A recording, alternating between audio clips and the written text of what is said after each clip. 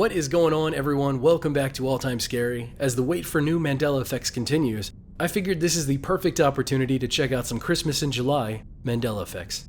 So click that like and subscribe button, turn off those lights, and pretend it's snowing outside instead of 100+ degrees. Here's my list of 5 Christmas Mandela effects. Number 1. To kick off this list, we're looking at the names of Santa's reindeers. As most of you might remember, they go like this: Dasher, Dancer, Prancer, and Vixen, Comet, Cupid, and what comes next? Is it Donner and Blitzen, or Dunder and Blixen?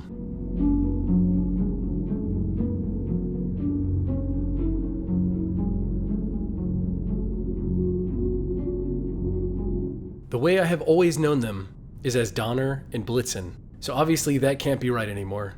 Their names now are Dunder and Blixen. I'll let that sink in. As always with all Mandela effects, sometimes what you remember has never changed. Other times it's completely different. Some affect everyone, and some affect very few. I say this to help all of those who might be confused. I'm sure some of the people watching this remember Dunder and Blixen, but I guarantee the vast majority of people do not. To us, it's Donner and Blitzen. These 8 reindeer names originated in a poem by Clement C. Moore titled A Visit from St. Nicholas all the way back in 1823. This poem is also known today as 'Twas the Night Before Christmas. Somehow or another, it seems that every reindeer name has been memorized and recited with perfect clarity over hundreds of years, except for Dunder and Blixen. What do you think about this? Has this always been a mistranslated game of telephone? Or a massive case of misremembering? Or has the Mandela effect made yet another change to our collective history and memory? I can't wait to hear what you have to say below, and for the people with kids out there, get them to name all of Santa's reindeers. I'm super curious to hear what they say. Let us all know in the comments below. Number 2. Does anyone remember the North Pole? Story-wise, it's where Santa and his workshop reside. It's where the toys are made and where the reindeers like Dunder and Blixen live. This place is located at the northernmost hemisphere of the Earth, just like the South Pole is located on the southernmost hemisphere of the Earth. This northern point lies diametrically opposite to its southern point and is defined directionally as true north. So tell me, what exists in the North Pole? Is it a snowy landmass or a vast ocean?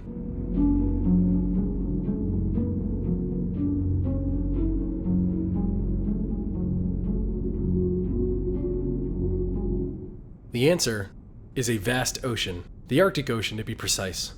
Obviously, the North Pole doesn't exist as the Christmas story explains it, but there has to be a snowy landmass up there, right? Nope.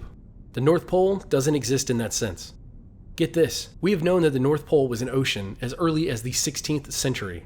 So this isn't some new change, it's a fact that we've had for nearly 500 years. These inconsistencies could have spawned from ever-changing ice formations found within the Arctic Sea, or perhaps through changes to this planet's climate, but nonetheless, as of now, there is no North Pole as a landmass, snowy or otherwise. It's just a big open ocean. Pull up a map and look for yourself. So what do you remember? Am I alone in remembering there being a big snowy landmass on the top of our globes growing up? Let me hear all of your thoughts, comments, and opinions below. You have to admit, this is going to be weird for those tech-savvy kids growing up when they Google North Pole and they find an ocean. Good luck with that explanation, parents. That's the true scary part of this video. Before I jump into number 3, I'd like to give a big shout out to Carla. You have won the Amazon gift card giveaway from my last video. Here's what Carla said: I hate and love these videos at the same time. They are really interesting, but also really scary, and I get goosebumps every time. So Carla, thank you so much for that comment. If you want to receive your Amazon gift card, all I need for you to do is to leave a comment under this video with an email address to send it to. I wish that there was an easier way to do this, but YouTube got rid of YouTube messages, so this is the best that we can do. If you'd like to win an Amazon gift card as well, it's really simple. Stick around until the end of this video, and I'm going to explain how. But for now, let's keep unwrapping these Christmas Mandela effects. Number 3. Let's actually delve deeper into that poem I mentioned earlier called 'Twas the Night Before Christmas. It turns out there's actually another Mandela effect hiding inside of that poem. So just like with Smokey Bear, sometimes when things are very closely examined, multiple effects can be discovered. So for number 3, I'm going to read a verse from that poem and I'm going to leave an area blank. I want you to tell me what goes in that blank space. The children were nestled all snug in their beds, while visions of sugar plums danced in their heads, and Mama in her kerchief and I in my cap had just settled for a long winter's nap. What goes in that blank? Is it our brains, or is it down? Which one?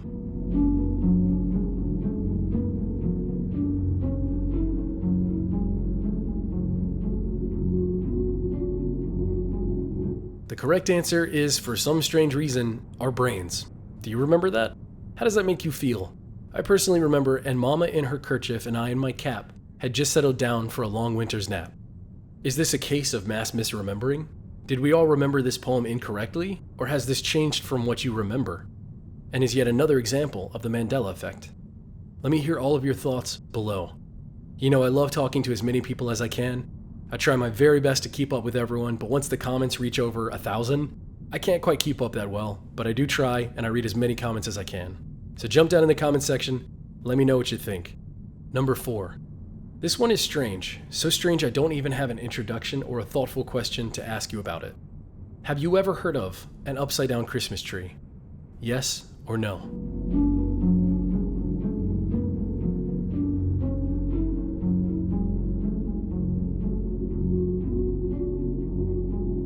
So the answer is yes, upside-down Christmas trees are a thing.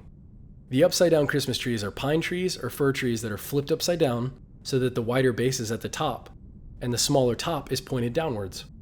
In modern days, this trend caught on when holiday window displays at major stores would put upside-down Christmas trees out so that more ornaments could be seen by the public.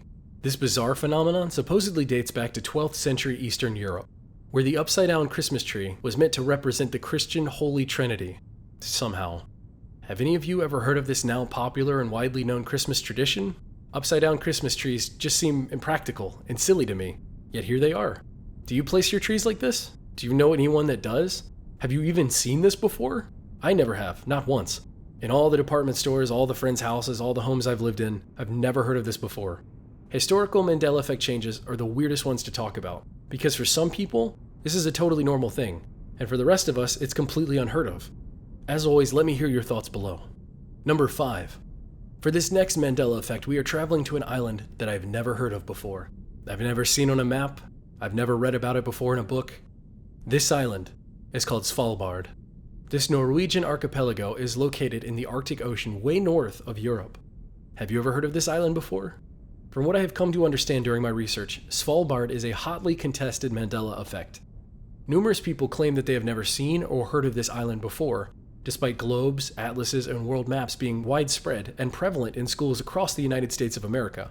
Pulling up pictures of those same globes and world maps and atlases today shows Svalbard sitting right where it belongs, as if it's always been there.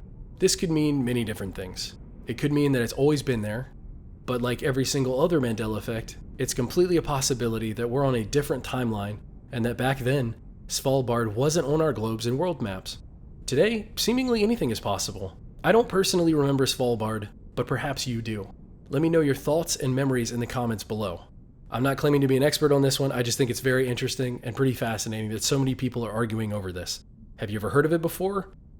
I'm sure there are more than a few of you asking yourself, how is this even related to Christmas? Well, it's pretty simple. It has polar bears, and even Santa Claus's official mailbox. I'm not even joking. Not to mention there's a man named Santa Claus that lives there in an old mine. I'm not joking. Go look it up. I guess what happens in the Arctic Ocean stays in the Arctic Ocean. Did any of these Mandela effects personally surprise you?